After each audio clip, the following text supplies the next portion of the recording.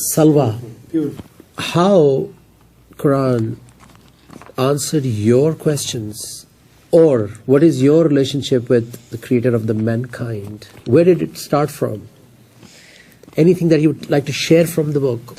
Well, I'm sure, as you can imagine, I had a lot of questions. Well, there's always questions. But in the beginning, I'm not from any religious background. I just had this sort of longing and hunger to why am I here? All the same questions that you were saying. And I'm very, very fond of nature, and I was very much a stargazer, and I'd always look at the night sky, and I know that sounds a bit sort of, you know, cheesy and cliche, but I would, and I'd think, what is this? Why is this here? It can't be here for nothing. We can't just be here for nothing and then die and that's it. So I started asking questions. I started reading up about different religions, and I read a lot of the Bible. I studied the Bible for a while as well.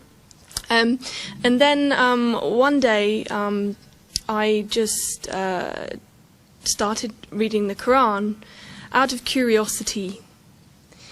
And my concept of this book back then was, this is a book for suicide bombers. Sorry to say, but this is what I knew from the media. I mean, I didn't know any different than that. So when I started reading it, I was actually really, really surprised at all the familiarity. As you say, there's so much common ground. And so that kind of drew me in, and I started reading more. And then once I was introduced to this online study class, which is, these guys are Rahman Rahim, and it changed everything, because we study every night. Every day we get together and have a question-answer session, and you can literally ask anything. So of course I was asking everything from, you know, my angle was probably a bit different from somebody who would be born and brought up in a Muslim family. So I'm asking questions about my life, about, you know, something I read, I don't understand, what's this? And Baba Chaudhry, the teacher, he was able to answer my questions, and I found it very, very logical and practical. And the thing is, my journey started with faith. Like, I took a leap of faith, because whatever I had read and questioned and then understood, if it made sense to me, I accepted it.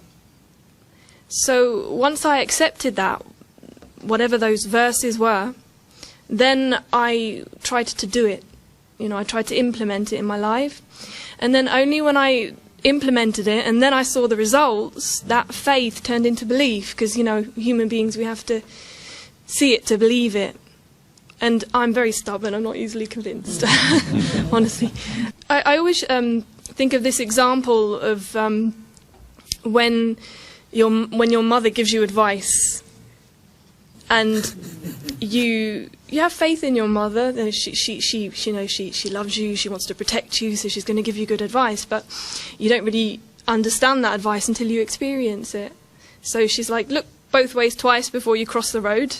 Twice before you cross the road, in case another car suddenly comes out of nowhere.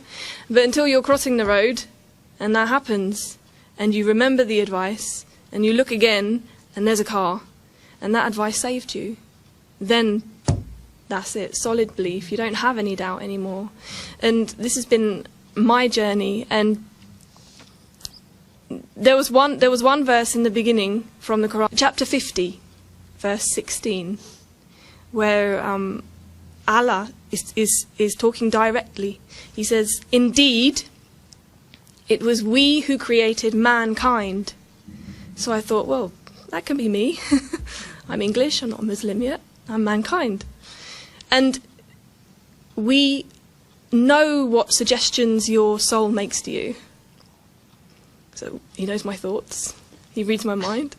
Because we are nearer to him than his jugular vein. So any sort of idea I did have about a creator or God, stargazing and all that, it moved from up there to here, straight away.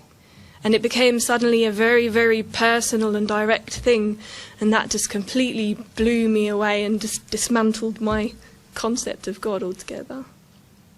And it's just ongoing from there, really.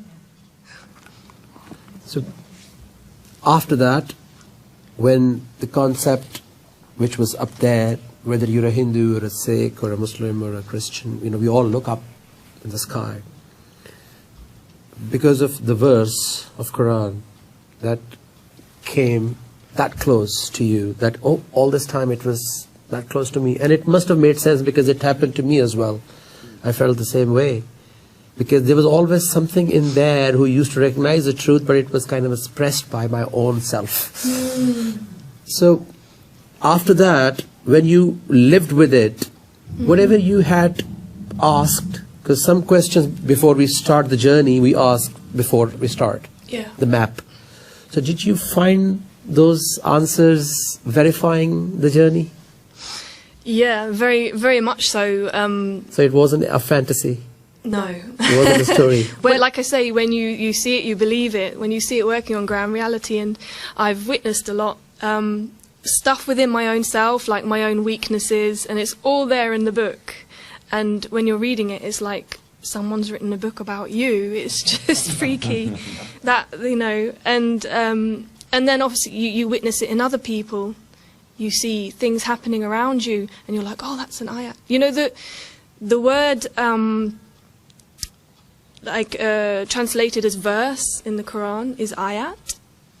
But its literal meaning is actually also sign. So, signs. So, I see it like this, you know, when you're driving somewhere, like today we got a bit lost. Because the sat-nav, we couldn't put your address in it for some reason. But if we had like the best sat-nav in the world, and we could put your address or we're following the signs, right? They're directing us. So, this is like... for me, it's a user manual for life. So it's got all the directions and all the signs and all the consequences. It tells you if you go this way, that'll happen. If you go that way, dead end.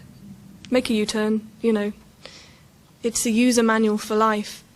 Thank you, Salwa. Farhan.